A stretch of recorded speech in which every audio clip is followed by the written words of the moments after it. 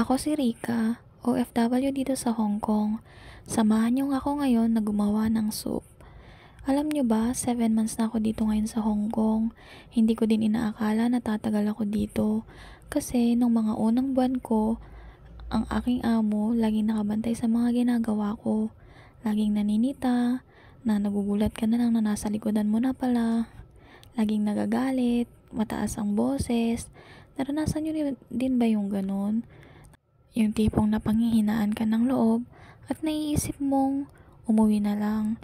Pero buti na lang nakayanan ko. At eto na nga ako ngayon, gamay ko na yung mga trabaho ko.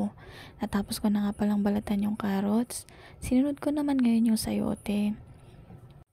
Habang nagbabalat pala ako ng mga gulay na kailangan sa soup, nagpapakulo na din ako ng karne. At ayan, pinakita ko dyan yung parang laman ng snail pero hindi ko alam kung ano nga yun. Sinunod ko na nga palang balatan yung mais. 2 piraso nga yan at hinati ko lang sa tig-3. Hinuhugasan ko na nga din pala yung mga iba pang ilalagay sa soup. At pinapakita ko nga yan dyan kasi sabi ko parang kahoy. Hindi ko alam kung anong tawag dyan. Sinunod ko naman yung isa. Hindi ko din alam kung anong tawag. Pero matitigas yung mga yan. Pinapalambot ko pa sa tubig. Kailangang ibabad. Sinunod ko naman yung cashew nuts. Kasi sabi ng amo ko lagyan ko daw. Yan, hinugasan ko na nga lang din. At inilagay ko sa lagayan. Isa pa ito. Hindi ko alam kung ano yung mga yan. Parang mga dried leaves ba? Naghugas nga din pala ako dyan ng red bean. Nilagay ko lang din sa mangkok at saka ako hinugasan. Sinunod ko na din hugasan yung matchaw. 3 piraso nga pala yung nilalagay ko sa soup. Natapos ko na ang hugasan at pinapakita ko nga pala dyan yung mga sari-saring ingredients na ilalagay sa soup. At ayan, inuna ko na nga palang ilagay dyan yung matchaw at luya. Hinugasan ko na nga lang din dyan yung napakuluan kong karne. At ayan, pinapakita ko pa nga.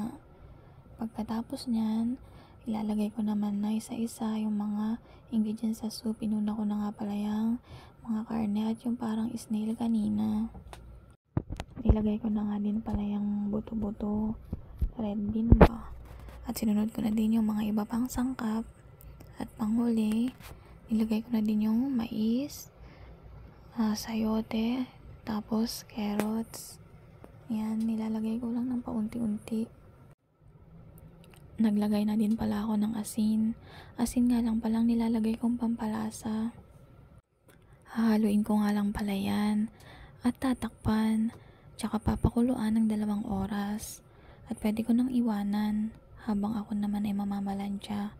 Pero bago yun, maghuhugas muna ako ng mga ginamit ko para malinis naman sa kusina. Nung bago pa lang ako dito, kapag gumagawa ako ng soup, parang pakiramdam ko pagod na pagod ako.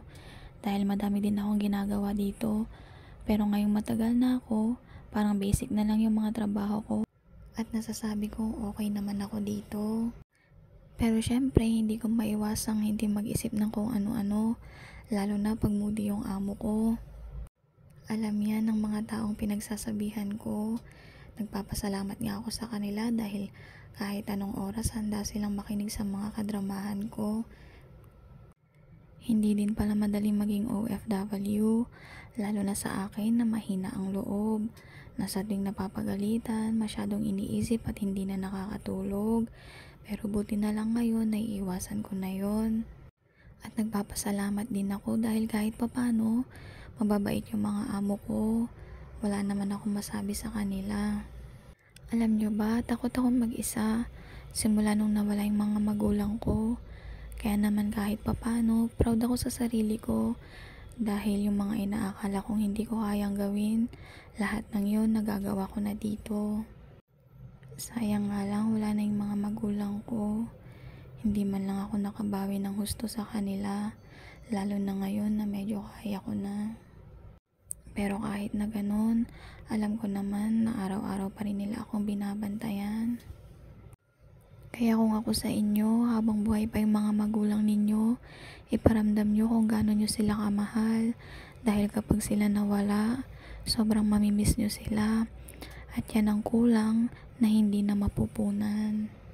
Buti na lang din nandito yung kapatid ko na siyang lagi kong kasama tuwing day off ko. At san kami nagpupunta kahit papano, napapawi naman yung mga lungkot ko ng saya. Pagkalipas ng 2 oras, ito na nga pala yung pinakuluan kong soup. Napakadaming sangkap. Hindi ko alam kung bakit ganyan. Pero ang kinukuha lang naman nila dyan yung sabaw. Iririhit ko nga pala yan bago kami kumain mamaya. Yun lang, bye bye.